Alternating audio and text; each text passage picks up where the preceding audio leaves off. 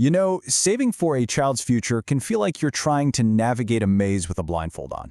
There are so many options, but what if I told you that the entire landscape is about to get a major shakeup? Let's break down what's out there today and what's coming in 2026 so you can find the right path. I mean, this is the big question, right? Whether you're a parent, a grandparent, a guardian, you want to give the kids in your life a financial head start. But you look at all these different accounts, and they've all got their own rules, and honestly, it's just really easy to get overwhelmed. And hey, just when you think you've finally got a handle on things, a brand new type of account is set to launch in 2026. And we're not talking about some minor little tweak here. This could be a real game changer. So, let's see how it stacks up against what we've already got. Okay, first things first, let's cover the accounts that are already available.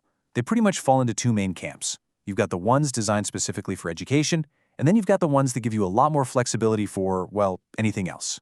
First up is the one most people have probably heard of, the 529 College Savings Plan. The name really says it all. You put money in, it gets invested, and as long as you pull it out for qualified education expenses, we're talking tuition, books, room and board, those withdrawals are completely 100% tax-free.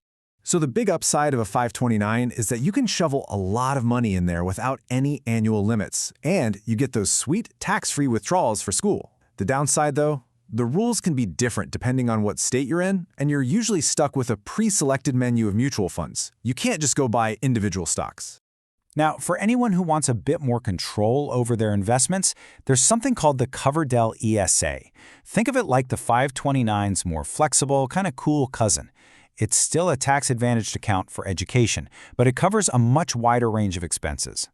So here's the key trade-off. With the custodial, you get way more investment freedom. You can actually buy and sell individual stocks. Plus, you can use the money for K-12 private school, not just college.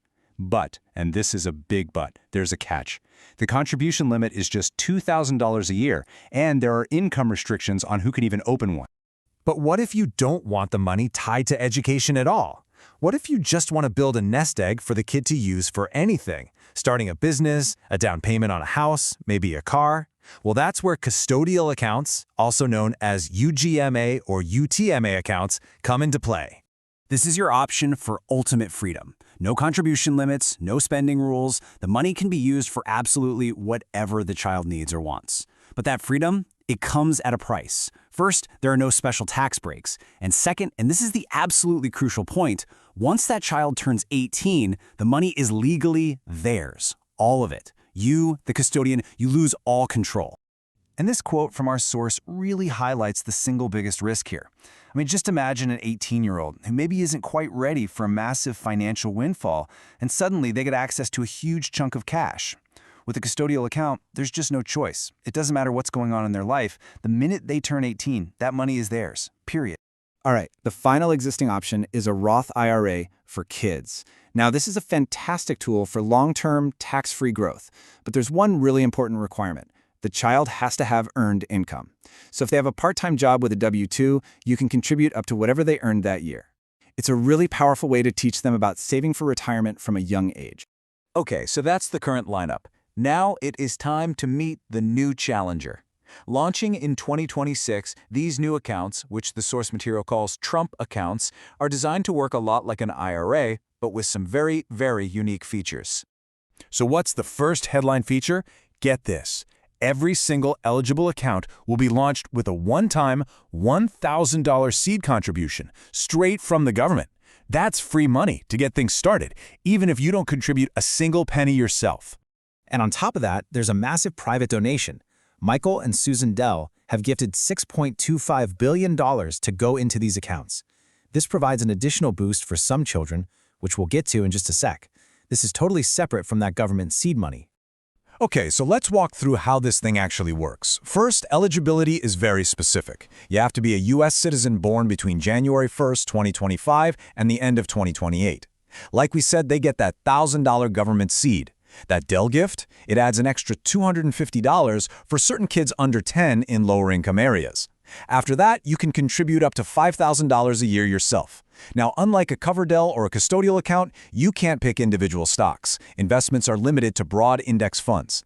And finally, the money is totally locked up until the child turns 18. At that point, the account basically becomes a standard IRA. So, with all of these options now on the table, how in the world do you even begin to choose?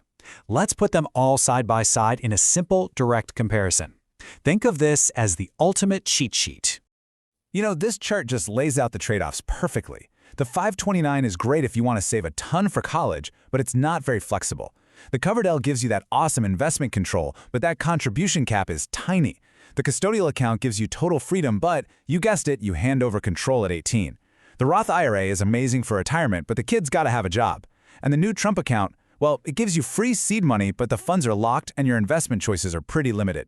Seeing it all laid out like that definitely helps, but you still have to make a choice. So let's look at the personal framework that the source for this explainer uses. Now remember, this is their specific approach, but it's designed to help you think through your own priorities.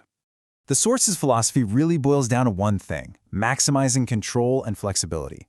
For education, they prefer the Coverdell ESA, all because of that wider range of uses and the investment choices. For retirement, they choose a standard Roth IRA over the new Trump account, and again, it's for that same reason, more investment freedom. And for general savings, they actually prefer the custodial account, believing that the total flexibility is worth the risk of the child getting full control at 18.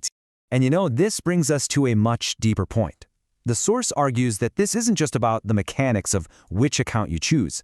It's really about the philosophy behind why we save for our children in the first place. The core principle is captured perfectly in this familiar airline safety instruction.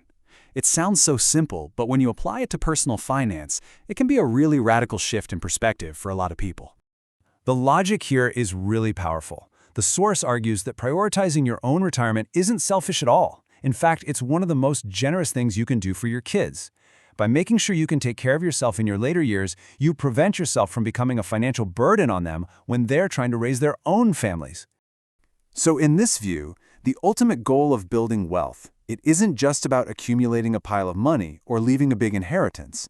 It's about producing more than you need, so you have the freedom to give generously while you're still alive, when you can see the impact it makes. And that leaves us with this final thought from the source. It's really a challenge to rethink our relationship with money, to shift the focus from simply accumulating to actively producing, saving, and then giving. So the question to reflect on is this: what does that philosophy mean for your own financial journey?